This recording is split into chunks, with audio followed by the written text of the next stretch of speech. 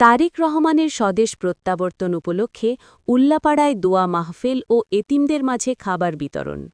Staff reporter Mohammad হাসানের প্রতিবেদনে।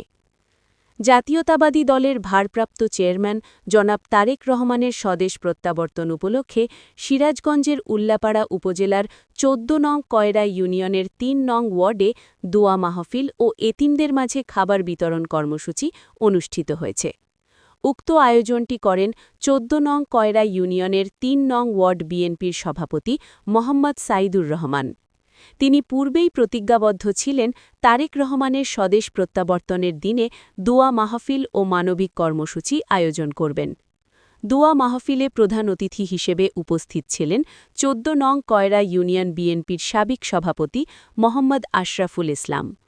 এছাড়াও ইউনিয়ন ও ওয়ার্ড পর্যায়ের সিনিয়র নেতৃবৃন্দ, বিএনপি ও অঙ্গ সংগঠনের নেতাকর্মী এবং স্থানীয় গণ্যমান্য ব্যক্তিবর্গ উপস্থিত ছিলেন।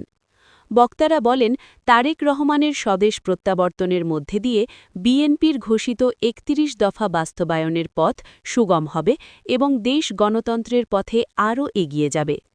তারা দেশনেত্রী বেগম খালেদা জিয়ার সুস্থতা ও দীর্ঘায়ু কামনা করেন এবং তারেক রহমানের সুস্বাস্থ্য ও নিরাপদ রাজনৈতিক নেতৃত্বের জন্য দোয়া করেন। দোয়া ও মোনাজাতের মাধ্যমে অনুষ্ঠানটি শেষ হয়।